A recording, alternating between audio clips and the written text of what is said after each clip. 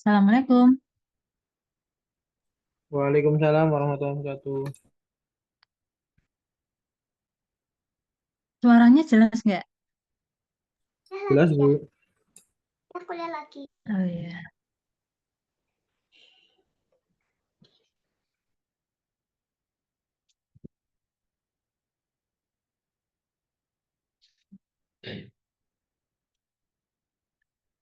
Kita langsung mulai aja ya.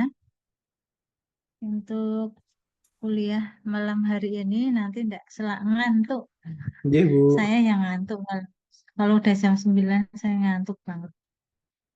Ya, terakhir minggu lalu ya. Minggu lalu kita membahas tentang pil dan sampai pada evaluasi. Ya, sampai pada evaluasi pil. Mudah-mudahan masih ingat ya, kemarin membahas tentang pil. Pil itu sediaan padat bulat, mengandung satu atau lebih bahan obat. Nah, ada pil ada macam-macam ya, ada tiga macam. Ada yang pil sendiri, kemudian juga eh, granul, kemudian goli. Ya, kalau pil itu bobotnya antara 60 sampai 300. Kalau granul itu di bawah 60. Ya, rata-rata adalah 30 miligram. Kemudian kalau boli itu di atas 300 miligram. Nah, umumnya yang dibuat untuk manusia itu ya adalah pil dan juga granul. Nah, kemarin sudah membahas banyak. Terakhir itu adalah evaluasi pil ya. Jadi setiap sediaan farmasi yang dibuat itu harus dilakukan evaluasi. Nah, kalau untuk pil ini evaluasinya adalah keseragaman bobot, kemudian waktu hancur, ya, waktu hancur dan juga eh, waktu hancur dan juga ya, ini ya uji fisik ya dalam penyimpanan. Nah, kita keseragaman bobot ya. Jadi kalau kita membuat pil, bobot itu harus seragam. Ya, artinya apa? Artinya pil itu ukurannya itu harus eh, kurang lebihnya adalah sama, gitu ya. Supaya apa? Supaya kandungan bahan aktif dalam setiap butiran dari pil itu adalah hampir sama atau sama, gitu ya. Supaya ketika kita minum pil itu akan ada eh, keseragaman efek terapi yang diperoleh.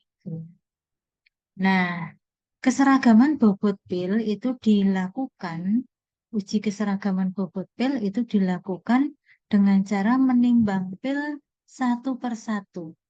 Ya, jadi menimbang pil 20 pil, ya, jadi 20 pil kita timbang satu-satu. Ya. Nah, maka nanti kita akan dapat bobot masing-masing dari 20 pil. Nah, kemudian setelah itu kita hitung bobot rata-ratanya dari 20 pil tersebut. Nah, kemudian kita akan dapat dua data, ya, dapat data bobot pil secara satu per satu dari 20 pil, dan kita punya data bobot rata-rata. Nah, untuk pil dengan bobot rata-rata antara 100 sampai 250 miligram, maka penyimpangan terbesar yang diperbolehkan untuk 18 pil, ya, penyimpangan terbesar tuh maksimum menyimpangnya dari 18 pil itu adalah 10%. Kalau dia kebetulan bobot rata-ratanya berada pada 100 sampai 250. Dan untuk dua pil itu tidak boleh lebih dari 20%. Ya, tidak boleh lebih dari 20%. Artinya maksimal penyimpangan dari 2 pil itu adalah 20%. Kemudian kalau bobot rata-rata pil itu antara 251 miligram sampai 500 miligram, maka penyimpangan terbesar, ya, penyimpangan terbesar terhadap bobot rata-rata untuk 18 pil adalah 7,5%. Dan penyimpangan terhadap eh, 2 pil itu tidak boleh lebih dari 15%. Ya, jadi dengan cara ditimbang. Kemudian yang kedua adalah waktu hancur. Nah, pil ini harus memenuhi syarat waktu hancur supaya ketika diminum masuk ke dalam tubuh itu nanti dia bisa hancur dalam waktu yang tepat gitu ya, supaya kalau dia hancur itu maka nanti dia bisa kemudian melepaskan bahan obatnya. Ya, jangan pilnya nggak bisa hancur ya, jadi rugi minum pil. Ya, oh diminum pil keluarnya pil lagi ya, jadi tidak ada efek apa-apa gitu ya. Nah, maka pil ini walaupun pil itu harus cukup keras memang ya, karena dia akan mungkin kena benturan-benturan ya ketika dalam perjalanan maupun penyimpanan, tetapi pil itu tidak boleh terlalu keras sehingga dia harus memenuhi syarat waktu hancur.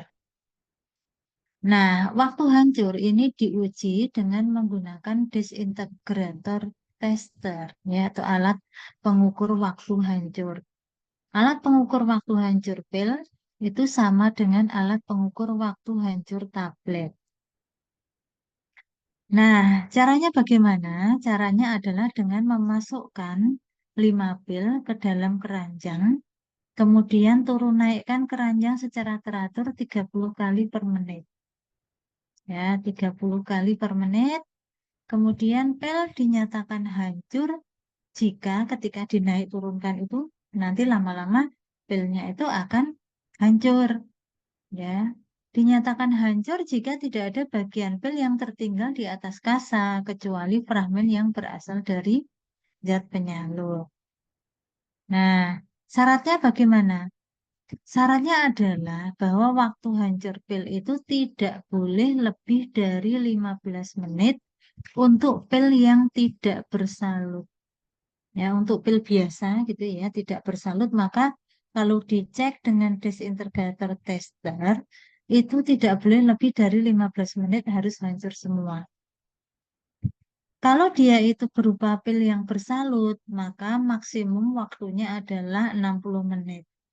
Ya, jadi tidak boleh lebih dari 60 menit untuk pil bersalut itu hancur. Nah, untuk pil salut enterik, nah, pil salut enterik ini adalah pil yang disalut, yang tujuannya adalah supaya dia tidak hancur di dalam lambung, ya, tapi hancurnya adalah di dalam usus. Nah, untuk pil salut enterik ini tidak hancur pada cairan tersebut selama 3 jam. Ya, jadi dalam cairan apa namanya suhu 30 air ya aqua suhu 37 sekitaran 37 itu selama 3 jam dia tidak boleh hancur. Nah, ibaratkan dia itu masih berada di dalam eh, tidak boleh hancur selama 3 jam ya, sehingga itu memberikan waktu ya dari pil itu ke lambung kemudian dia masuk ke usus. Ya, karena nanti pil salut enterik itu dia akan hancur di dalam usus, gitu ya. Harapannya dia akan hancur di dalam usus, di mana usus itu pH-nya adalah dia cenderung normal ke basa. Ya, maka kalau mau mengetahui waktu hancur dari pil salut enterik itu eh, bisa dilakukan di dalam cairan dapar fosfat suhu pH-nya 6,8 ya. Jadi cairannya nanti diganti dengan dapar fosfat 6,8 8 tidak lebih dari 60 menit. Ya, nanti kita akan lihat bagaimana cara apa namanya mengoperasikan dari alat disintegrator tester. Nah, ini adalah eh, ya, alat waktu hancur pil, ya, alat waktu hancur pil. Jadi nanti kita akan lihat aja nanti videonya bagaimana mengoperasikan alat ini, ya. Jadi nanti ini dinaik turunkan. Kalau pil biasa nggak salut 15 menit hancur. Tapi kalau dia bersalut maka 60 menit dia hancur, ya. Tidak boleh lebih dari 60 menit dia hancur. Kalau dia salut selaput, maka dia selama 3 jam tidak hancur. Tetapi kalau cairannya di dalam bekernya itu diganti dengan dapar pH 6,8, maka tidak boleh lebih dari 60 menit dia sudah harus hancur. Nah, kemudian pada uji penyimpanan, pil harus disimpan dalam wadah tertutup rapat di tempat sejuk terlindung dari cahaya. Pada penyimpanan, bentuknya harus tetap, tetapi tidak begitu keras sehingga dapat hancur dalam saluran pencernaan. Ya, jadi tadi sudah saya sampaikan kalau pil itu memang harus cukup keras gitu ya, karena dia akan mengalami benturan ketika dia dalam perjalanan atau ketika eh, dia apa namanya dalam penyimpanan, gitu ya. Nah, tetapi tidak boleh sangat keras banget itu nggak boleh ya sehingga nanti akan menyulitkan hancurnya pil itu di dalam saluran pencernaan. Pil salut enterik dapat disalut secara khusus sehingga tidak hancur dalam lambung tetapi hancur dalam usus ya tadi ya salut enterik itu memang dirancang dia nggak hancur di lambung tetapi dia nanti akan hancurnya di usus ya di pH netral sedikit basah. Nah, coba kita akan melihat gitu ya bagaimana cara untuk eh, mengoperasikan ya cara untuk mengoperasikan eh, disintegrator tester ya ya alat untuk eh, mengukur alat untuk mengukur waktu hancur pil kan ya.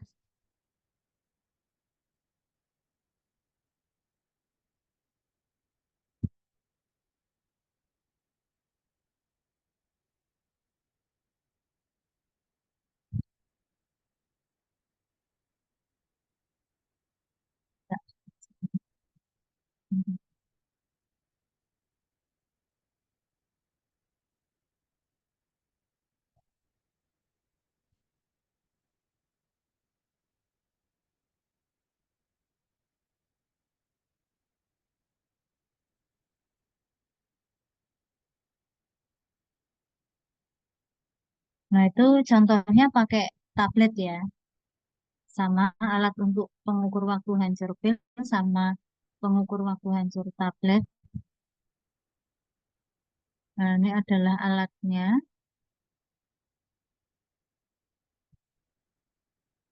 Nah, kita perlu apa namanya bantuan beker.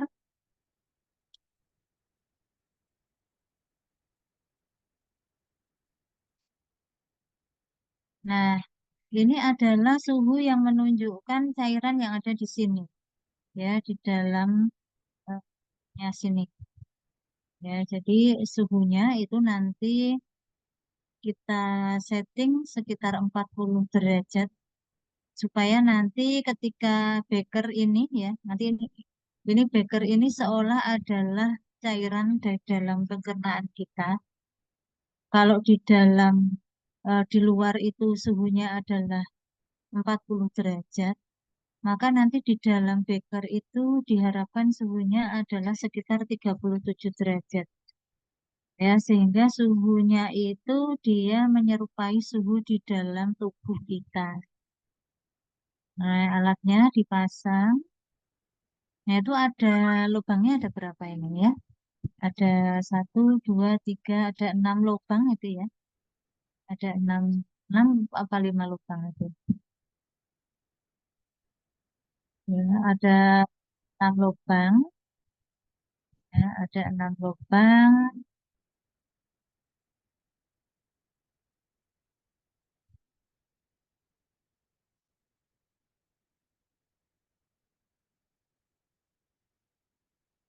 Nah, kemudian nanti, nah ini ya, eh, dekernya. Kemudian nanti pilnya itu akan kita, eh, apa namanya, kita masukkan ke dalam lubang ini nanti satu-satu. Nah, jadi ini alatnya nanti displaynya ini ya. Yang ini alatnya nanti displaynya.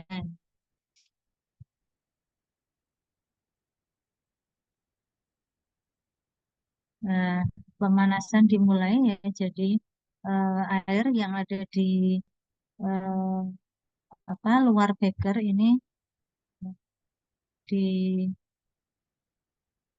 dipanaskan supaya suhunya nanti naik.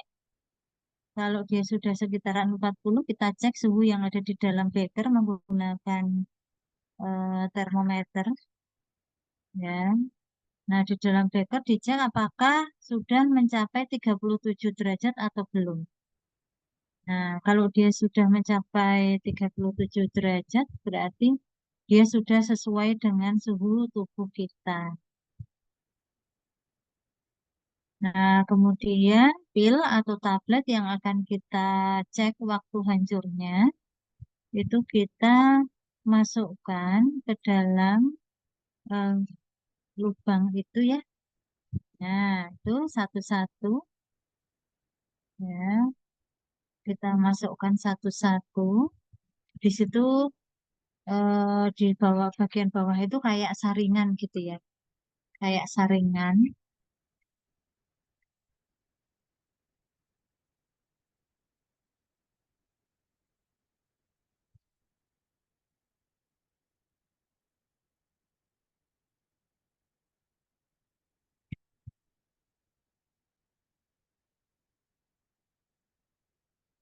Nah, itu udah masuk. Kemudian nanti akan kita naik turunkan, ya, akan kita naik turunkan. Kemudian sambil kita eh, hitung waktunya ya, berapa waktu yang diperlukan dari obat tersebut untuk hancur. Ya, dikatakan hancur apabila nanti tidak ada lagi fragmen yang ada di atas eh, kayak ayakan tadi ya. Nah, jadi nanti pil yang ada di sini nih nanti udah hancur semua.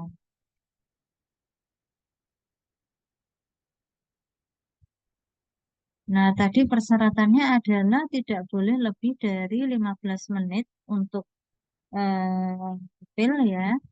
Kalau dia pilnya salut, maka tidak boleh lebih dari 60 menit.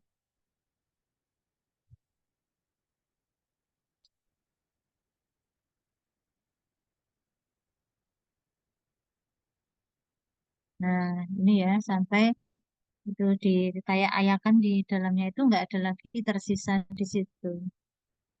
Nah, dicek waktunya ya, ketika sudah hancur semua dihentikan dan dicatat berapa eh, apa namanya waktu yang diperlukan untuk pilnya itu bisa hancur ya.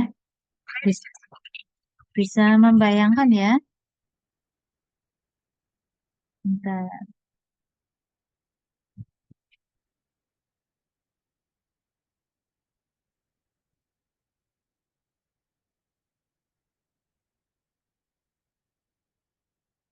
Nah, itu adalah uji waktu hancur pil ya.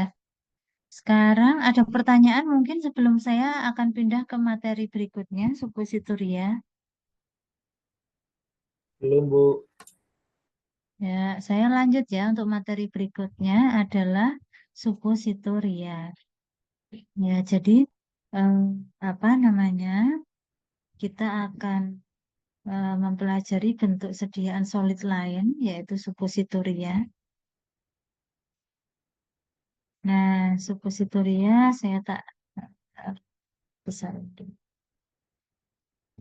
Nah, supositoria. Mungkin semuanya pernah melihat supositoria ya. Kalau di pasaran itu seperti misalnya dulkolak supositoria ya, anusol supositoria ya. Kemudian ada yang supo yang digunakan untuk vagina gitu ya. Nah, seperti ini ya misalnya nistatin supo. Ada nggak tuh nistatin supositoria? Nah, itu bentuknya agak berbeda ya. Jadi eh, bentuknya itu bermacam-macam bergantung pada eh, nanti penggunaannya untuk di bagian mana gitu ya. Nah, supositoria ini adalah sediaan padat dalam berbagai bobot dan bentuk ya, dalam berbagai bobot dan bentuk ya. Jadi nanti bobot dan bentuknya ada macam-macam yang bisa diberikan melalui rektal, vagina ataupun uretra.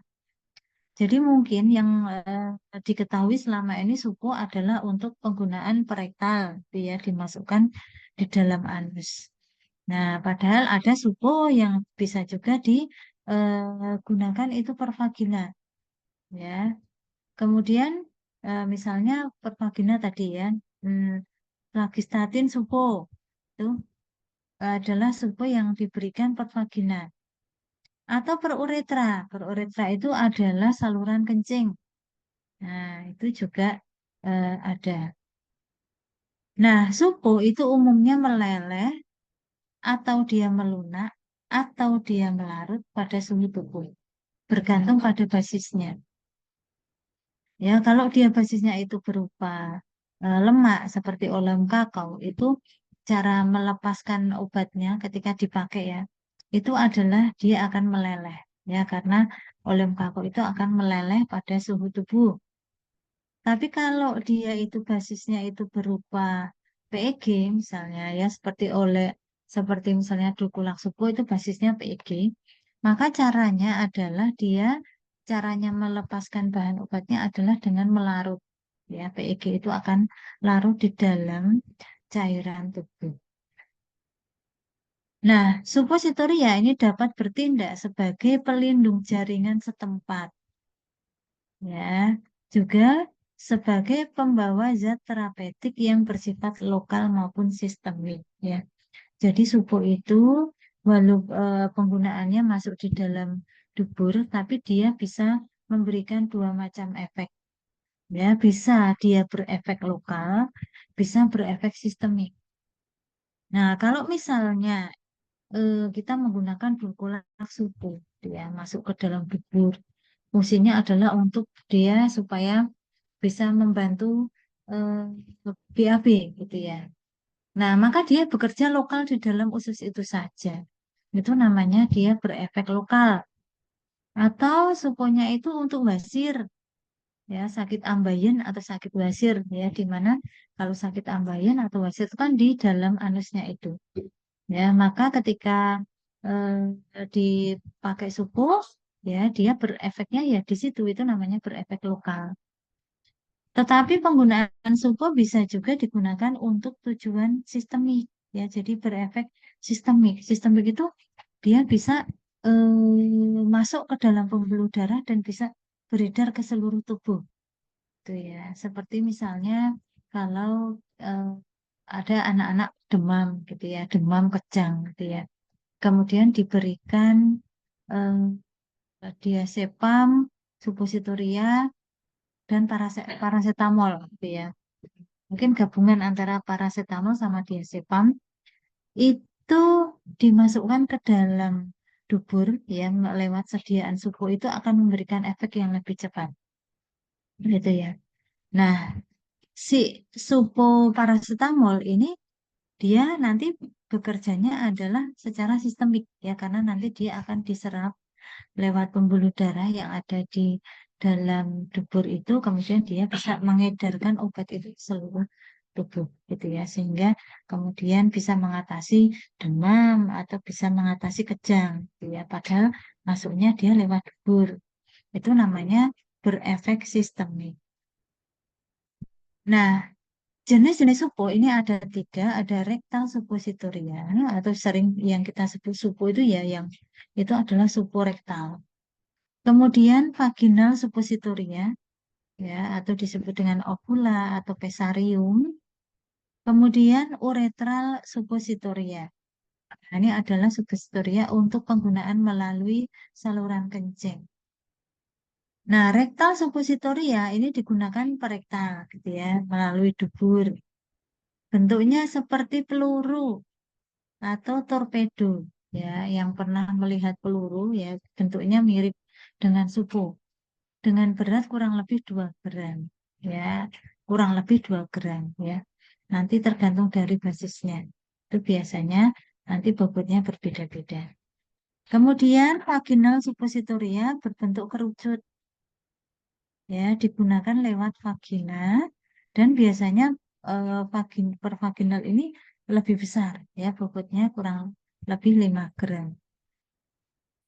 Ya, kemudian uretra suppositoria ini berbentuk batang memanjang. Ya, panjangnya sekitar 7 sampai 14 cm dan digunakannya adalah lewat uretra atau saluran kencing. Nah, kenapa ada obat itu yang dibikin supo gitu ya? Padahal kalau supo itu kan makainya kan hmm, agak susah gitu ya. Berbeda dengan obat yang pada umumnya atau lazimnya itu adalah diminum. Nah, kalau supo ini lewat debur itu kan risih gitu ya. Orang-orang yang belum pernah pakai obat lewat supo itu merasa mungkin juga kurang nyaman. Nah, tetapi supo ini ternyata dia itu memang ada kelebihan ya dibanding dengan bentuk sediaan yang lainnya. Nah, tujuan penggunaan supo untuk mencapai efek lokal. Nah, tadi sudah saya sampaikan ya, supo yang dipakai lewat dubur itu bisa untuk mengobati area lokal di dalam dubur ya, untuk beberapa penyakit seperti misalnya wasir, gatal-gatal pada rektum, ya, kemudian sembelit. Nah, penyakit wasir misalnya, itu kan ada eh, lukanya kan di dalam duburnya.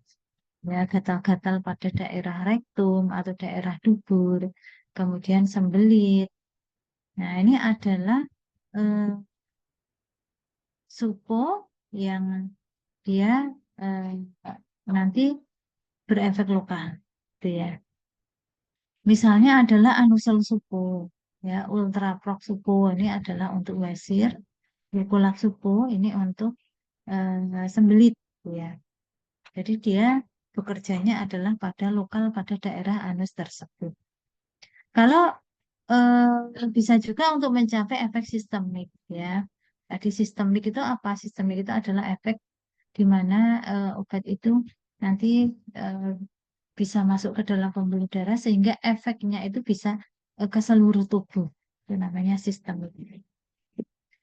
Nah, obat dalam bentuk supo dapat diserap perlahan ya dan memberikan efek terapi yang panjang.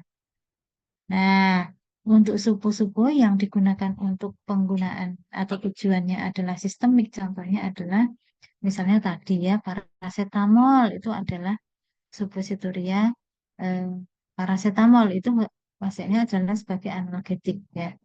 Jadi walaupun masuknya ke dalam tubuh, tapi dia bisa diserap ke seluruh tubuh sehingga dia akan menurunkan suhu di dalam tubuh. Spasmolitik gitu ya untuk beberapa nyeri gitu ya, nyeri spasme, kejang perut ya.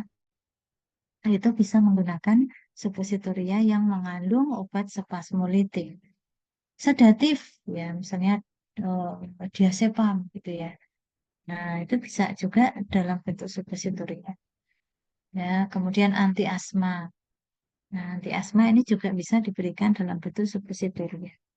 Nah, intinya kalau supo itu efeknya memang lebih cepat dibanding dengan efek kalau kita itu menggunakan obat dengan cara diminum. Nah, apa keuntungan supositoria? Yang pertama, obat lebih cepat bekerja. Ya, jadi kalau ada anak demam kejang, jangan diberikan paracetamol melalui mulut atau melalui oral, karena dia efeknya nanti pasti akan lama gitu ya.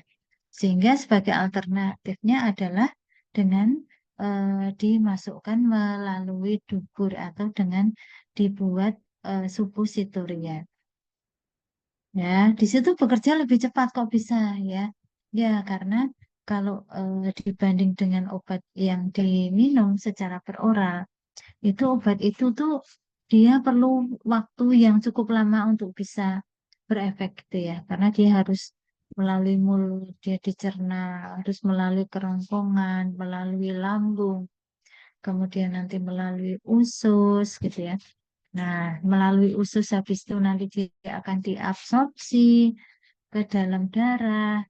Nah, baru dia nanti akan bekerja secara sistemik, gitu ya. Itu itu adalah obat yang diminum secara peroral. Tapi beda dengan suku. Ya, suku itu dia bisa bekerja lebih cepat. Kenapa? Karena kalau dimasukkan di dalam dubur, di dalam dubur itu banyak pembuluh-pembuluh darah di situ. Nah, maka ketika suku itu masuk di dalam dubur, dia meleleh ataupun melunak di dalam dubur itu, kemudian melepaskan bahan obatnya, kemudian dia akan langsung diabsorpsi. Ya, langsung diabsorpsi ke dalam pembuluh darah, kemudian dia bisa berefek sistemik. Nah, jadi seperti itu ya, karena dia langsung akan melalui absorpsi.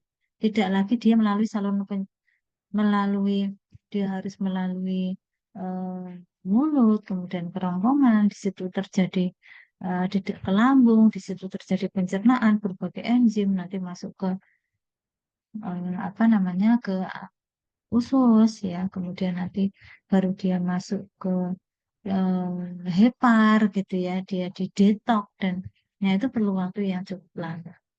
Nah, sehingga suku ini obatnya lebih cepat gitu ya. Makanya kalau di IGD itu tidak ada tablet gitu ya pemakaian obatnya. Kebanyakan adalah bentuk injeksi yang langsung ke pembuluh darah dan juga bentuk suppositoria. Itu juga bisa langsung diserap oleh pembuluh darah di dubur. Kemudian menghindari kerusakan obat oleh enzim pencernaan dan asam lambung. Nah, ada beberapa obat itu yang dirusak oleh enzim pencernaan. Gitu ya. Ada juga eh, obat itu dirusak oleh asam lambung ya. Kalau dia dirusak oleh enzim pencernaan maupun oleh asam lambung, maka obat itu tidak bisa diberikan lewat itu gitu ya. Sehingga alternatifnya adalah dengan lewat dubur tadi ya. Supaya dia tidak akan nyampe ke lambung kalau lewat dubur itu nggak mungkin obatnya. Tapi dia di dalam usus itu kemudian dia langsung bisa melepaskan bahan obatnya. Kemudian baik bagi pasien yang mudah muntah atau tidak sadar. Nah, untuk pasien-pasien yang tidak sadar, kalau nggak sadar kan dia nggak bisa minum obat lewat mulut ya. Atau pasien itu selalu muntah misalnya, minum dikit muntah, maka obat itu tidak bisa diberikan secara peroral. Ya, harus melalui jalur lain gitu ya, supaya tidak dimuntahkan. Kemudian dapat menghindari terjadinya iritasi pada lambung. Nah, tadi ada beberapa obat itu yang dia sifatnya adalah mengiritasi lambung. Maka kalau kita menggunakan obat tersebut itu tidak boleh eh, dalam kondisi perut kosong gitu ya, karena nanti lambungnya itu apa namanya obat itu nanti bisa mengiritasi lambung. Tapi kalau dia pemakaian itu melalui dubur kan dia nggak ke lambung. Ya, dia langsung diabsorpsi ke pembuluh darah sehingga akan menghindari terjadinya iritasi pada lambung. Kemudian faktor-faktor yang mempengaruhi obat secara perektal ini adalah ada faktor fisiologis ya dan ada faktor fisika kimia dari obat dan basisnya. Nah, faktor fisiologis itu apa? Ya, faktor fisiologis itu faktor fisiologisnya pasien gitu ya. Nah, rektum itu mengandung sedikit cairan dengan pH 7,2. Ya, jadi rektum itu pH-nya cenderung dia netral ke basah. Ya. Dan kapasitas daparnya rendah, epitel rektum keadaannya dia berlemak. Ya, jadi lapisan dari rektum itu dia berlemak. Ya. Maka kalau dia berlemak, maka diutamakan permeabel terhadap obat-obatan yang mudah larut dalam lemak. Ya. Jadi eh, apa namanya? Secara fisiologis epitel yang ada di dalam usus kita itu sifatnya adalah eh, dia berlemak, ya, berlipoid atau berlemak. Ya, maka eh, kalau dia berlemak itu kalau obat-obatan itu kebetulan larut dalam lemak, ya maka dia akan diabsorpsi secara lebih cepat. Nah, kalau dia larutnya di air gimana? Ya jadinya akan lebih lambat. Nah, kemudian, sorry. Nah, kemudian faktor fisiologis, tadi faktor fisiologis ya, kemudian faktor fisika kimia dari obat dan juga basis ya. Yang pertama adalah kelarutan obat. Nah, ini tergantung kelarutannya. Kalau obat itu larutnya di dalam eh, lemak, gitu ya, di dalam eh, lemak itu berbeda dengan obat yang larutnya di dalam air. Kalau larutnya di dalam air, maka dia akan melepaskan lebih cepat, tetapi diabsorpsi lebih lambat.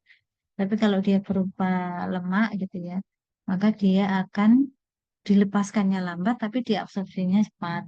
Ya, karena tadi lapisan epitel itu adalah lapisan yang epitel usus itu lapisan yang berlemak. Ya, sehingga obat-obatan yang dia larut di dalam lemak itu akan lebih cepat diabsorpsi.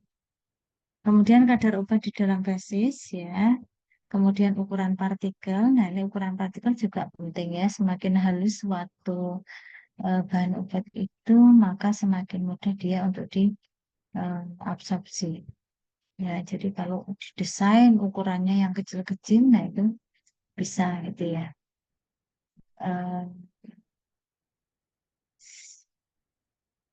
jadi memang paling bagus tuh ukuran obat tuh adalah yang micronized ya. Seperti apa ya? Contohnya bukan supu, contohnya bukan supu. Itu yang apa isinya paracetamol yang micronized itu apa ya? Namanya apa saya lupa. Lama nggak di apotek saya lupa. Ya, paracetamol micronized sirup apa namanya? Saya lupa yang di apotek paracetamol ukuran micronized. Warnanya hijau, kan ada yang biasa, ada yang forte. Saya lupa namanya, tapi wadahnya saya masih ingat banget. Ada yang tahu? Paracetamol yang micronized ukurannya.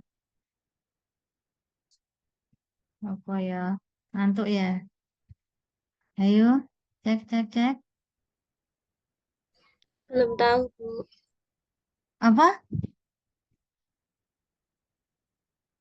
Belum tahu. Oh, masa belum tahu. Sirup micronized.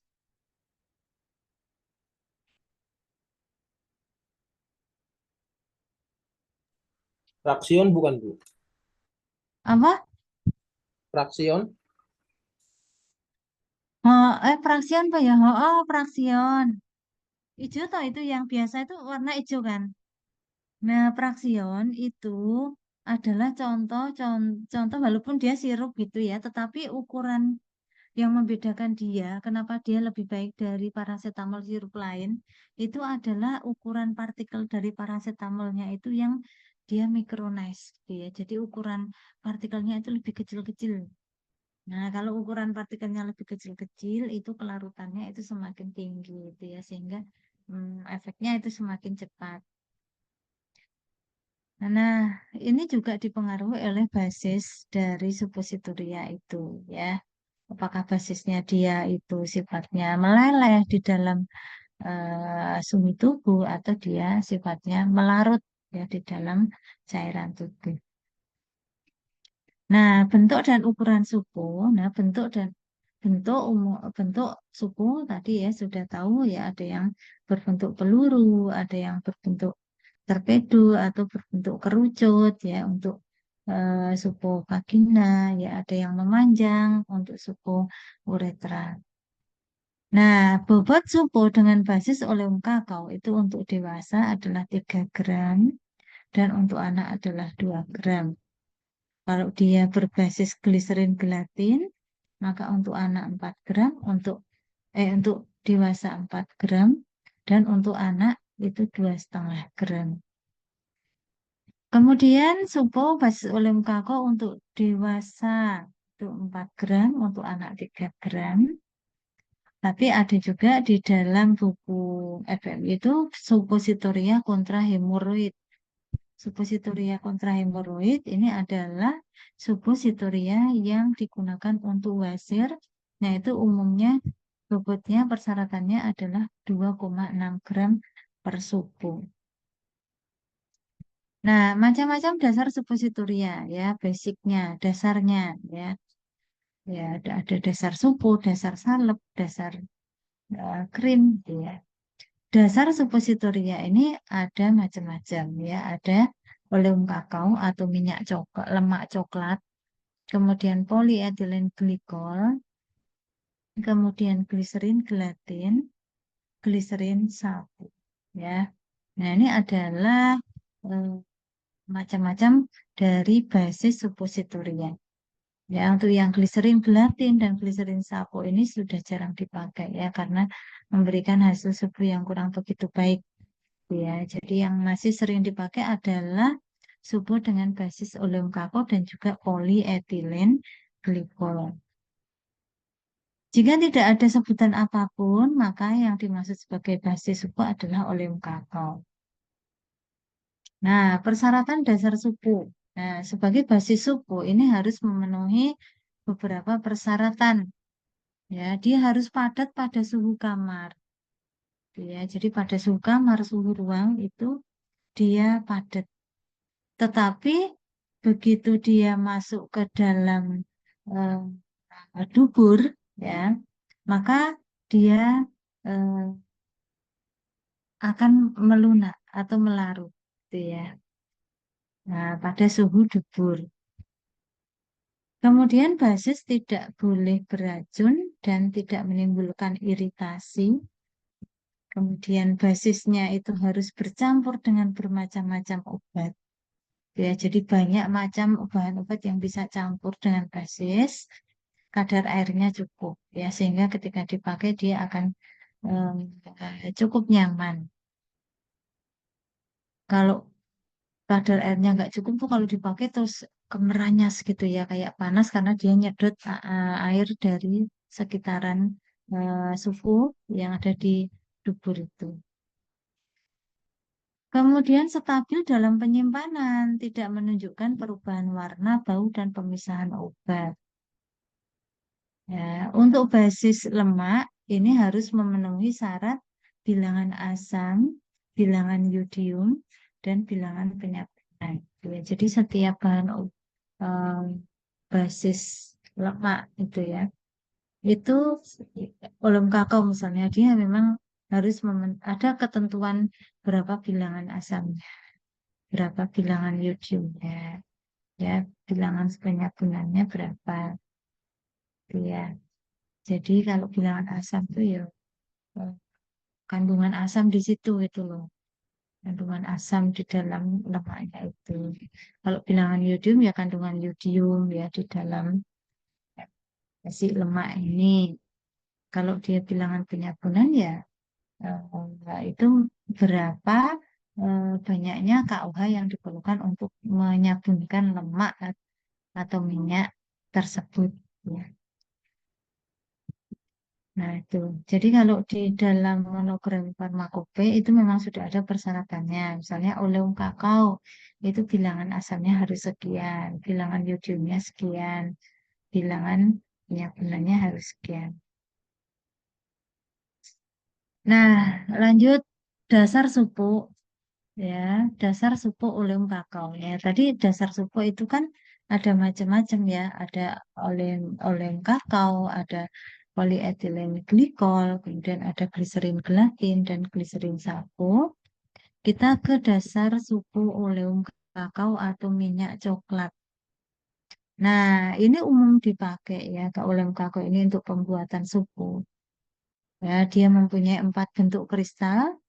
Ya, jadi di dalam oleum kakao yang kayak mentega itu di situ ada 4 macam bentuk kristal. Ya, ada yang bentuk alfa, bentuk beta, kemudian beta stabil, dan bentuknya gamma. Nah, ini adalah perbedaan-perbedaan dari keempat bentuk kristal dari oleum kakao tersebut ya. Ada yang bentuk gamma. Bentuk gamma ini mempunyai titik lebur 18 derajat Celcius ya. Jadi kristal oleum kakao yang bentuknya gamma ini dia meleleh atau melebur pada suhu 18 derajat Celcius. Nah, ini artinya apa? Kalau suhu kamar itu adalah 25 derajat Celcius, berarti dia pada suhu kamar dia akan benyek itu ya, akan lembek. Kemudian bentuk alfa. Bentuk alfa ini adalah oleum kakao yang terjadi bila oleum kakao lelehan ya, lelehan dari oleum kakao itu didinginkan secara mendadak gitu ya.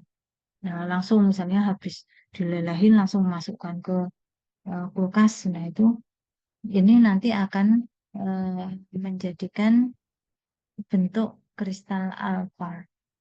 Ya, ini juga mempunyai titik leburnya cukup rendah ya, 22 sampai 24. Ya, sehingga pada suhu kamar dia pasti sudah jemek-jemek gitu ya.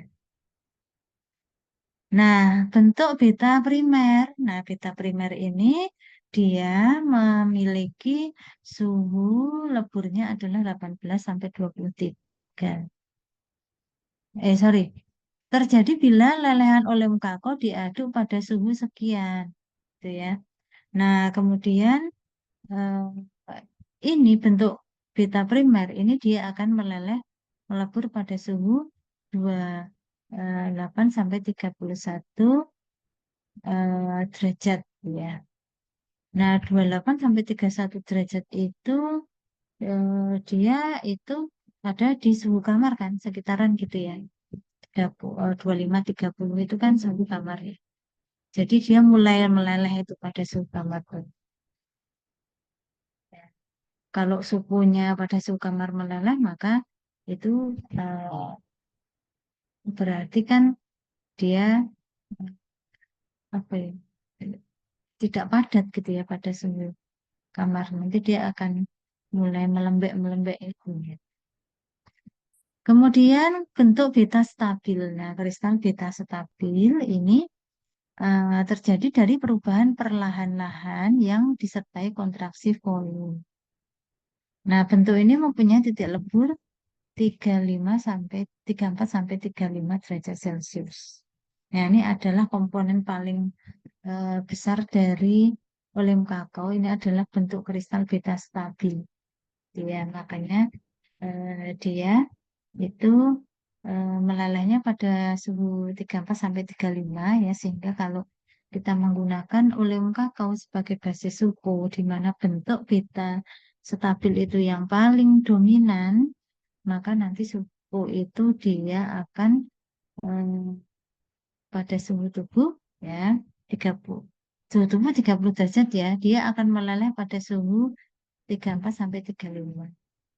Nah, jadi pada suhu kamar dia masih bentuknya itu padat.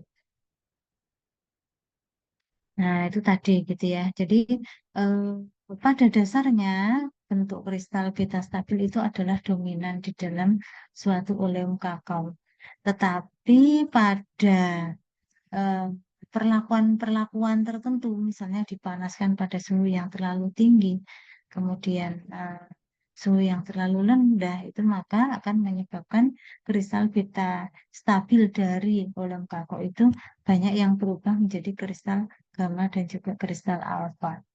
Nah, kristal gamma dan juga kristal alfa ini adalah bentuk kristal yang dia itu cepat meleleh gitu ya.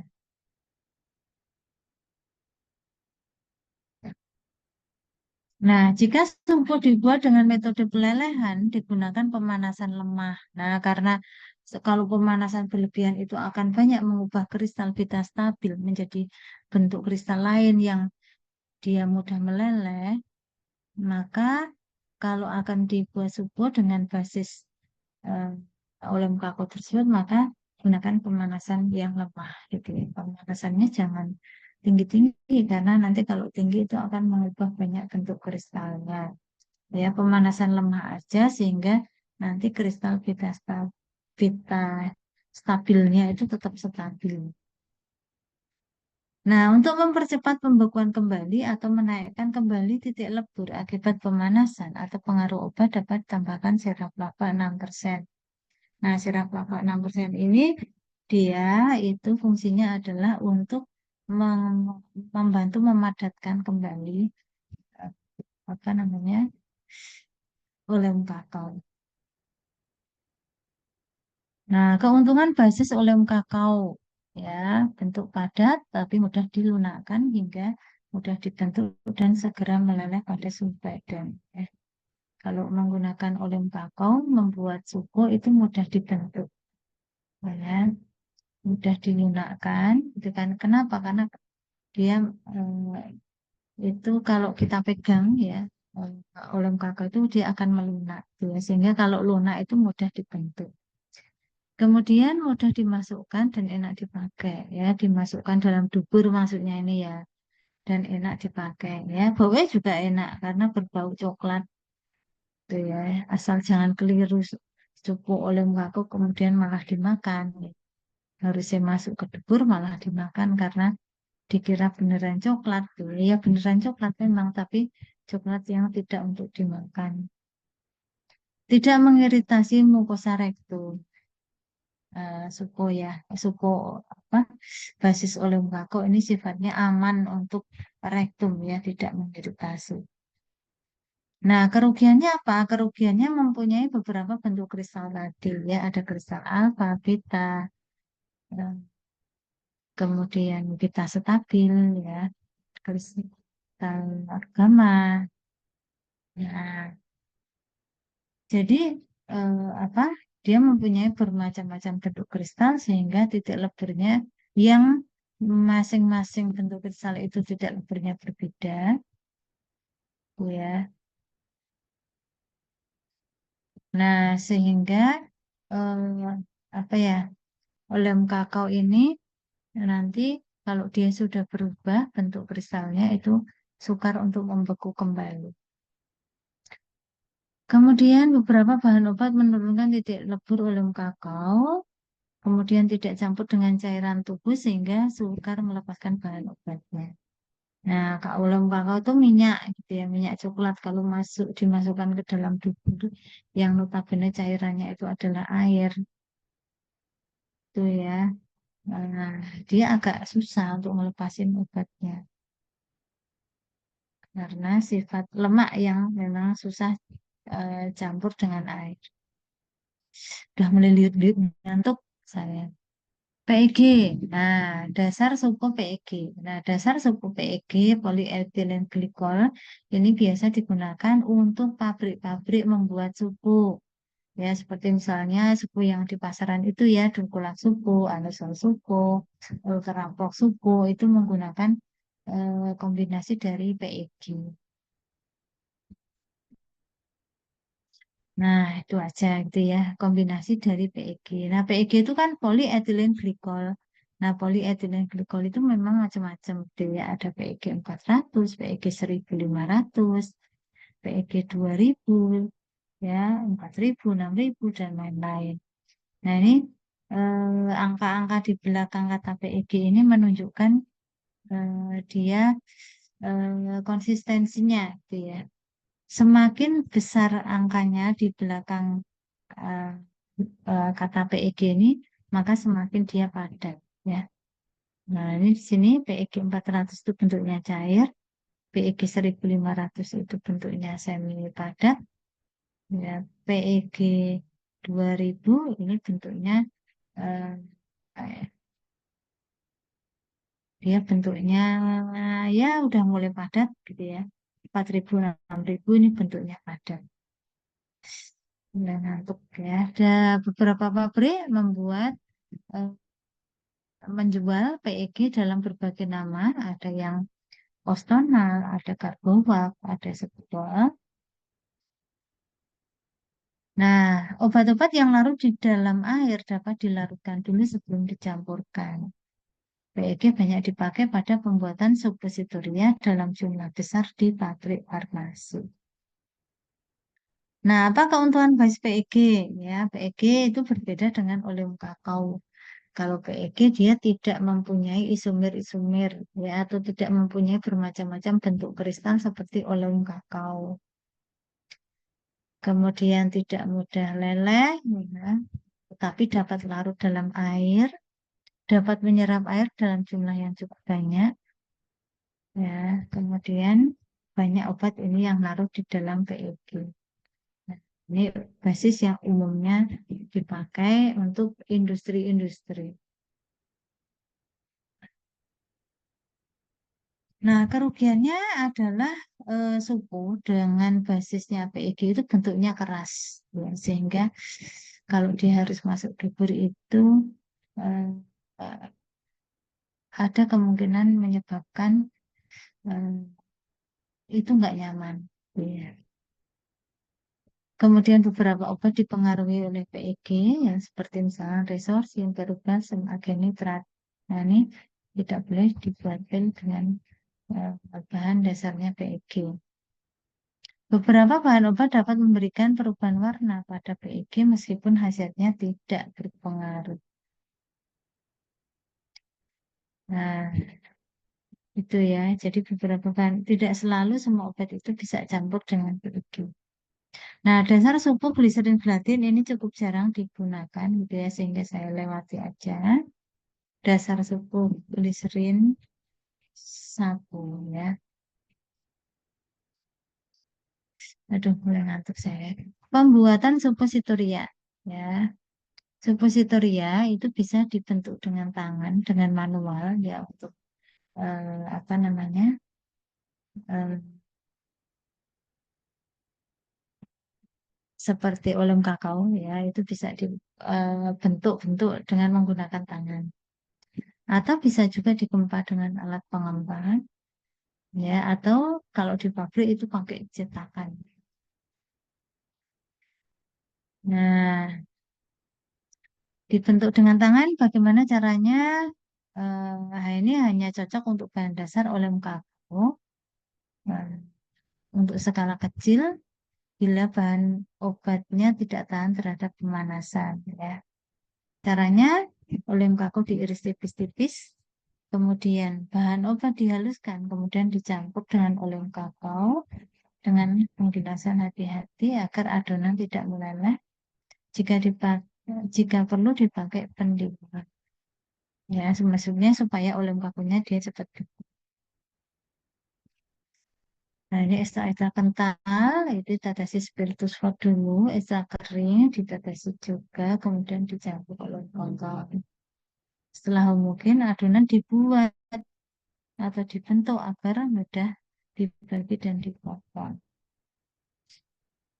Nah, ini eh, mungkin sebagai ini akan saya lanjutkan minggu depan. Mungkin kita lihat dulu ya bagaimana cara pembuatan eh, supo gitu ya. Biar ada bayangan. Lagi ini Mbak Teti wis muncul. Ya, Bu. Udah Mau tanya mulai boleh kerja Mbak. menunggu jemputan, Bu, ini baru tutup. Oh ya. Saya sambil ngantuk-ngantuk ini asli ya. Bu mau tanya, Nah, kalau oleum kakaonya kan tadi padat, berarti nggak perlu masuk kulkas, Bu. Kalau kalau dulu kolak supo kan harus masuk kulkas dulu, baru mau dipakai kan biar keras gitu kan.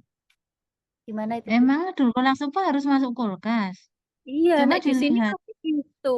Ya Enggak, coba nanti dilihat itu pada apa aturan penyimpanan. Ya, apakah dia mengatakan harus disimpan di kulkas atau kalau nggak ada berarti dia boleh sebenarnya pada suhu kamar. oh, oke. Soal sini, Setahu saya nek hidroponik bisa pada suhu kamar tidak harus masuk ke dalam kulkas. Dia akan tetap padat pada suhu kamar. oh iya, iya, siap. Hidroponik itu karena dia dia PEG ya, dia PEG basisnya PEG putih kan. Iya, Ya, coba nanti dicek lagi di labelingnya. oh iya, siap, Bu. Saya eh, kok nggak yakin kalau dia harus disimpan Di pada kulkas. suhu suhu 2 sampai 8 gitu. Sepertinya nggak selalu.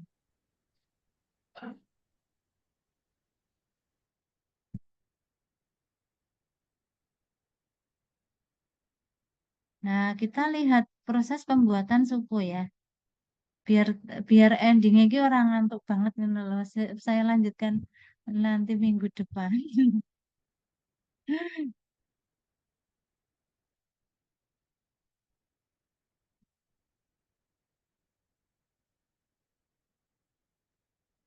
Nah, ini kita ini membuat supo dengan bahan bakunya oleum, bahan basisnya oleum kakao dengan nanti dia dicetak menggunakan cetakan. Nah, ini supo yang dibuat adalah paracetamol, supo paracetamol.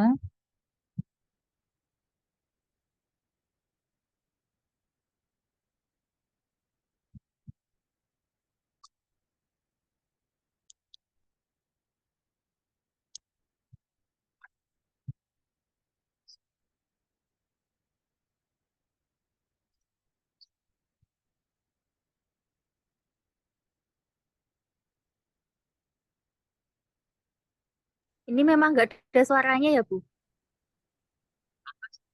Masa nggak ada suaranya? Nggak ada, Ibu. Oh, nggak ada suaranya toh. Ini bikin ya suara kue.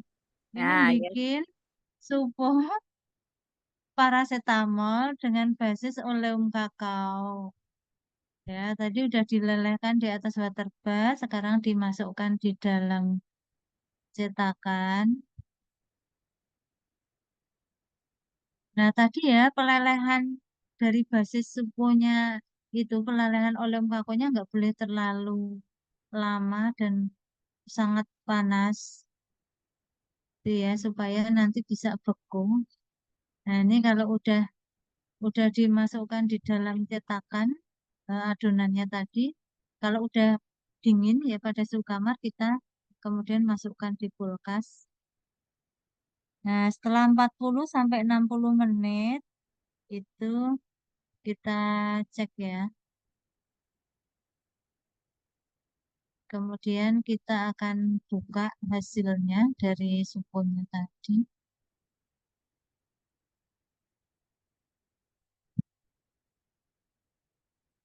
Nah, itu suponya ya. Jadinya seperti itu. Besok akan praktek sih, supaya ada gambaran aja bagi yang belum pernah membayangkan, membayangkan bagaimana membuat supo. Itu bisa dipakai. Apa nih? Itu tadi besar-besar gitu dipakai nggak sakit, Bu? Ya ora lah, coba supomu dulu kolak ya gede-gede. Ah, iya, Bu. Waduh. Ya memang memang penggunaan supo ki bukan sakit sih penggunaan supo itu. Penggunaan supo itu memang enggak nyaman, ya enggak nyaman. Udah sampai sini ada yang mau ditanyakan dulu? Saya akan Cuma lanjut minggu depan karena saya udah les ngantuk. Bu, maaf mau tanya, kalau misalnya sudah meleleh Iya, itu bisa dipadatkan lagi dan bisa dipakai nggak, Bu? supunya sudah meleleh. Bisa Iya, sudah. dipadatkan lagi, bisa dipadatkan lagi, kemudian dipakai, bisa. Oh, berarti soalnya saya pernah ada kasus Asal, pasien datang dengan kondisi itu suponya tuh meleleh, itu tuh isinya tuh Hah? suprafenit.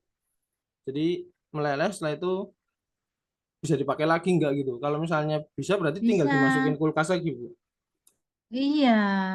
Jadi kalau supunya dia sudah meleleh atau mungkin dia terlalu lunak, tidak bisa dipakai, maka dimasukkan kulkas dulu, baru nanti setelah beku itu kemudian bisa dipakai ya. Nah, masalahnya adalah ketika dia sudah meleleh banget itu terus dia kehilangan bentuk yang baik gitu loh. Iya kan? Kehilangan bentuk baiknya itu jadi eh, bentuknya nggak halus lagi tapi bisa dipakai. Maka penyimpanan supo itu benar kalau pasien benar-benar harus diedukasi ya. Apakah dia bisa disimpan pada suhu kamar atau dia harus disimpan pada suhu dingin di kulkas. Kalau Bu, tidak tahu bagaimana cara menyimpan suku, mungkin pasien itu nggak tahu bagaimana cara menyimpan suku sehingga kemudian itu menjadi meleleh. Tapi kalau dulu kolak supo yang tadi ditanyakan Mbak Teti itu coba nanti dicek. Sepertinya dia tidak harus disimpan pada suhu eh, dingin. berarti kalau misalnya ada pasien luar kota nih, Bu, kan beli suprafenit itu kan untuk nyeri ya. Posisinya itu Mm-mm. berapa lama, Bu, keluar dari, kan kita di kulkas ya, Bu ya. Berapa lama, Bu, dia bisa bertahan kuat seperti itu? Karena kan mereka kan untuk jaga-jaga mungkin ya beli itu ya. Iya, tergantung basisnya apa dulu. Basisnya suponya apa dulu. Kalau dia itu mestinya kalau tidak, kalau misalnya olem kakao pun yang dia dalam suhu yang 35 itu dia meleleh gitu ya. Itu kalau karena suhu kamar itu kan nggak sampai 35 ya. Mungkin sekitar panas-panas jadi suhu piro yo. Telu siji misalnya ya 31 gitu. Yo dia ya mungkin bisa dia sudah agak agak meleot-meleot gitu sih. Dia tadi pertanyaannya berapa lama? Berapa lama, Bu? Karena Apa kan Mas? ada pasien luar kota ya, nggak bisa langsung pulang ke rumah kan gitu. Karena dia tuh untuk jaga-jaga aja. Berapa lama itu Oh, jadi maksimal bisa? maksudnya obatnya dia di perjalanan gitu Iya, ya? Bu, di perjalanan mungkin kan lagi di Di Jogja wisata perjalanan. atau gimana gitu. Ya, ya itu tergantung cuacanya panas atau enggaknya itu tadi. Kalau misalnya terlalu panas bisa jadi dia itu bisa jadi dia meleleh gitu. Tapi kalau cuacanya sedang tidak panas ya dia bisa bertahan padat. Tapi Tetapi kalau kalau yang memang dia dasar, bentuknya ini, kalau bentuknya dia mungkin udah agak meleleh gitu bisa eh, sebelum dipakai kan mungkin dimasukkan di termos es atau kalau dalam perjalanan ya di ini Pak dibekukan pakai es batu atau nah iso pinjem nunut kulkas ya ora apa-apa bisa berarti beku kalau lagi. yang PEG itu agak lama ya, Bu ya? Kalau PEG itu kan dia memang padat sih dia padat karena dia itu sifatnya itu kalau PEG itu melepaskan obat di dalam tubuh itu kan dengan melarut gitu ya, bukan meleleh. Kalau meleleh itu kan terkait suhu. Kalau melarut itu kan larut gitu, larut itu kalau itu berkaitan dengan cairan di dalam ususnya itu. Kalau basisnya PEG.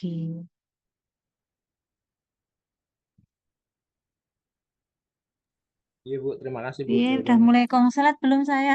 Konslet ngantuk. Gimana, Mas? Sudah cukup, Bu. Nggih, nanti tinggal dilihat di apa? basis Heeh. pembuatannya pakai apa. Jadi kita bisa edukasi ke pasiennya Iya, benar. iya betul ya. Jadi memang edukasi ke pasien nanti karena supo itu basisnya itu bisa bermacam-macam, itu maka setiap supo itu mempunyai aturan penyimpanan yang berbeda-beda ya. Bisa pada suhu kamar itu nggak masalah. Dulu kola kan di suhu kamar nggak masalah, Thomas. Tahu nggak?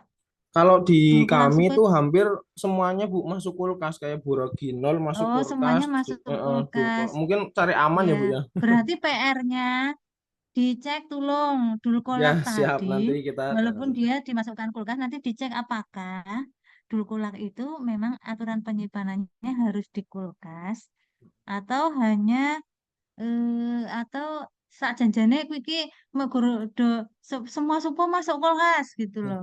tapi soalnya Ya PBF-nya juga ngono ku. pakai box es loh Bu, semuanya bawahnya Bu. Oh gitu. Iya, Oh ya, ya. makanya Tapi kita saya oh, masih siap. tetap penasaran Nanti besok kita cek. apakah benar Heeh. aturan penyimpanannya begitu dibaca nanti ya. Siap Bu, besok kita Nah, cek untuk nanti. dilaporkan minggu depan ya, Mas Oh kuliah iya Bu, lagi nggih. ya. Oh baik ya. Kita akhiri untuk kuliah kita pada malam hari ini. Mohon maaf saya memang sudah ngantuk. Saya kalau jam 9 itu udah mulai lit-lit ya. Nggak tahan tidur malam-malam. Udah tua ya. Mohon maaf jika agak ngelantur-ngelantur gitu. Kita akan ulangi lagi minggu depan. Eh, Selamat melanjutkan aktivitas yang lain ataupun istirahat gitu ya. Kita akhiri. Assalamualaikum warahmatullahi wabarakatuh. Jangan lupa PR-nya Waalaikumsalam melihat warahmatullahi wabarakatuh. Nggih Bu. persyaratan penyimpanan Waalaikumsalam warahmatullahi kulak. wabarakatuh. Terima kasih, Bu. Iya, Siap, kita siap. live ya. Besok kita nanti lihat dulu Bu. Iya, Siap. oke, oke.